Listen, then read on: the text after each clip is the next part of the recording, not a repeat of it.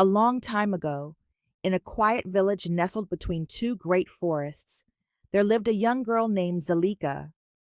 She was known for her beauty, kindness, and a voice that could calm even the most restless spirits.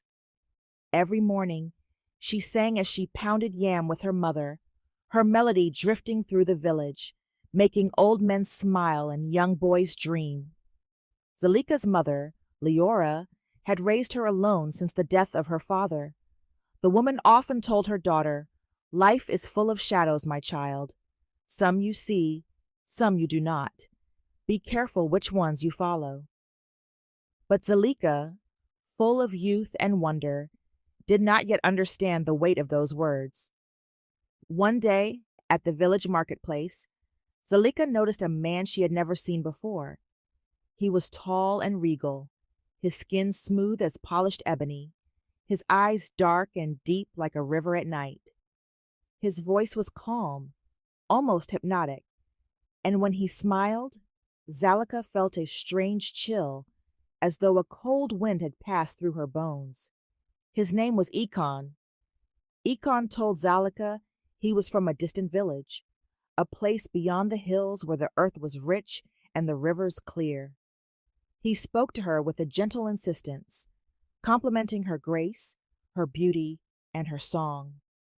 Over the next few weeks, he would appear unexpectedly, outside her home, near the river where she fetched water, even in the village square during evening dances.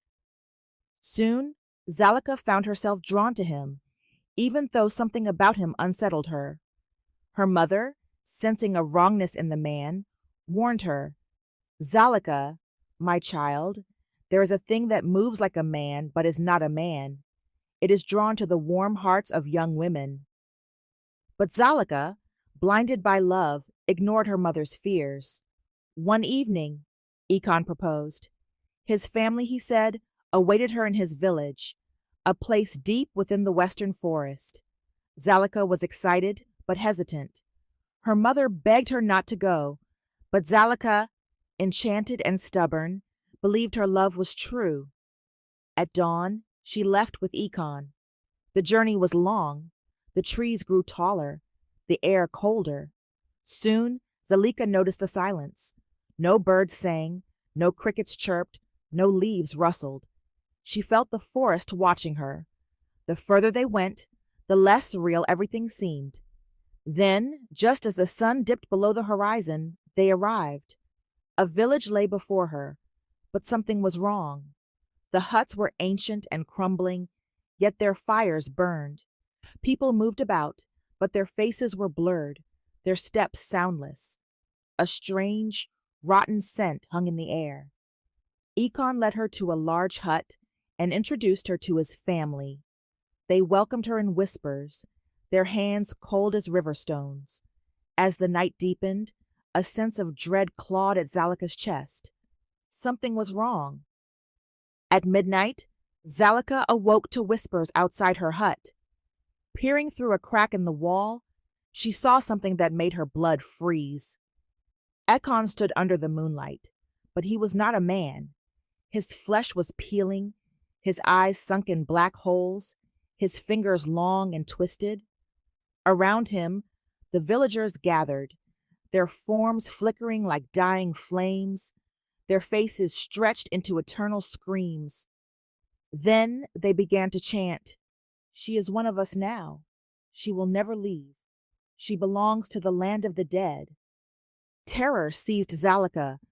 Her breath came in short gasps as realization crashed over her. Ikon was no man. He was a spirit, a ghost, and she had married into the world of the dead. She turned to run, but her feet sank into the earth, as if the village itself was pulling her down. A voice whispered in her ear, "Stay, my bride. Stay with me forever." Zalika screamed.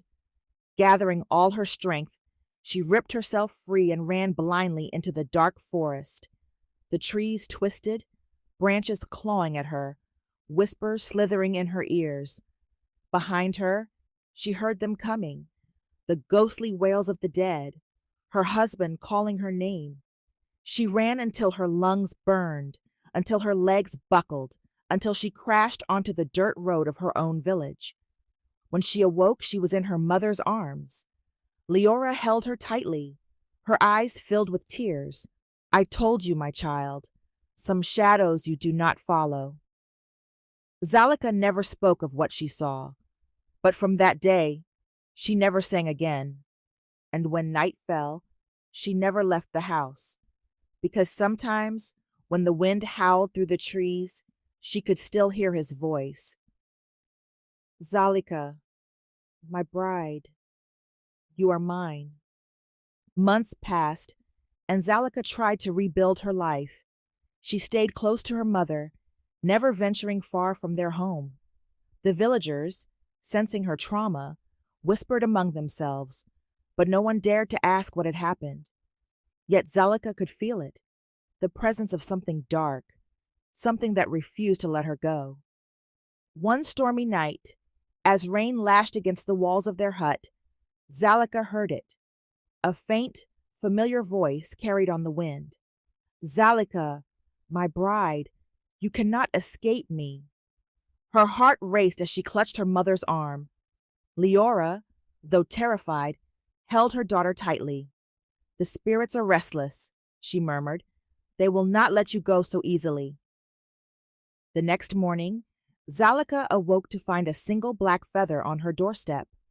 It was sleek and unnatural, radiating a cold energy. Leora's face paled. "This is a sign," she said. "The spirits are calling you back." Desperate for answers, Zalika and her mother sought out the village elder, a wise woman named Thandi. Her hut was filled with herbs, bones, and charms, and her eyes seemed to see into the very soul of those who entered. Thandi listened to Zalika's story, her expression growing graver with each word. When Zalika finished, the elder sighed deeply. "You have stumbled into a place that should never have been found," she said. "The village you saw is not of this world. It is a realm where the dead linger, trapped between life and the afterlife. Ekon is not just a ghost. He is a collector of souls, a spirit who preys on the living to sustain his cursed existence." Zalika's blood ran cold. "Why me?" she whispered. Thandi's eyes softened. "Your voice, your light, it is rare. Spirits like Ekon are drawn to such purity. He will not stop until he claims you." To protect Zalika, Thandi performed a ritual. She painted symbols on Zalika's skin with ash and herbs, chanting in a language older than the village itself. "This will shield you for a time," she said, "but you must confront him. Only by breaking his hold can you truly be free." Zalika's heart sank. "How can I fight a spirit?" Thandi handed her a small, intricately carved wooden box. Inside was a shard of obsidian, sharp and glinting. "This is a fragment of the spirit world," she explained. "It can sever the ties between the living and the dead. But be warned, once you use it, there is no turning back." With the shard in hand, Zalika prepared to return to the cursed village. Leora begged her not to go, but Zalika knew she had no choice. "If I do not face him, he will haunt me forever," she said. The journey was even more terrifying the second time. The forest seemed alive, its trees twisting and groaning as if in pain. Shadows danced at the edge of her vision, and whispers followed her every step. But Zalika pressed on, clutching the obsidian shard like a lifeline. When she reached the village, it was exactly as she remembered: decaying huts, flickering fires, and the blurred, ghostly figures of its inhabitants. Ekon stood at the center, his form shifting between the handsome man she had once loved and the monstrous spirit he truly was. "You have returned," he said, his voice echoing with a hollow resonance. "I knew you would." Zalika's hands trembled, but she stood her ground. "I am not yours," she said, her voice steady despite her fear. "You have no power over me." Ekon's eyes glowed with an unnatural light. You are bound to me, Zalika. Your soul is mine. With a cry, Zalika lunged forward, plunging the obsidian shard into Ekon's chest. A deafening wail erupted as his form began to dissolve, the village around her crumbling into ash. The ghostly figures screamed, their faces contorted in agony as they faded into nothingness. But as Ekon disappeared, he uttered one final chilling promise. This is not the end, Zalika. The dead do not rest easily. Zalika returned to her village, exhausted but alive. The villagers celebrated her bravery, but Zalika knew the battle was not truly over. Though Ekon was gone, the shard had left a mark on her, a faint, black scar over her heart, a reminder of the spirit world's grip. Thandi warned her, "The veil between worlds is thin for you now. You must be vigilant, for the dead will always seek to reclaim what they believe is theirs." Zalika nodded, her resolve stronger than ever. She may have lost her songs, but she had gained something far more valuable, her freedom. To this day, the villagers tell the story of Zalika and the ghost husband. They say that on quiet nights, when the wind howls through the trees, you can still hear Ekon's voice, calling for his bride. And if you listen closely, you might hear Zalika's whispered reply, "I am not yours." But beware. Some shadows are not meant to be followed, and some doors, once opened, can never be fully closed. Thanks for watching. If you liked it, please give it a like and subscribe.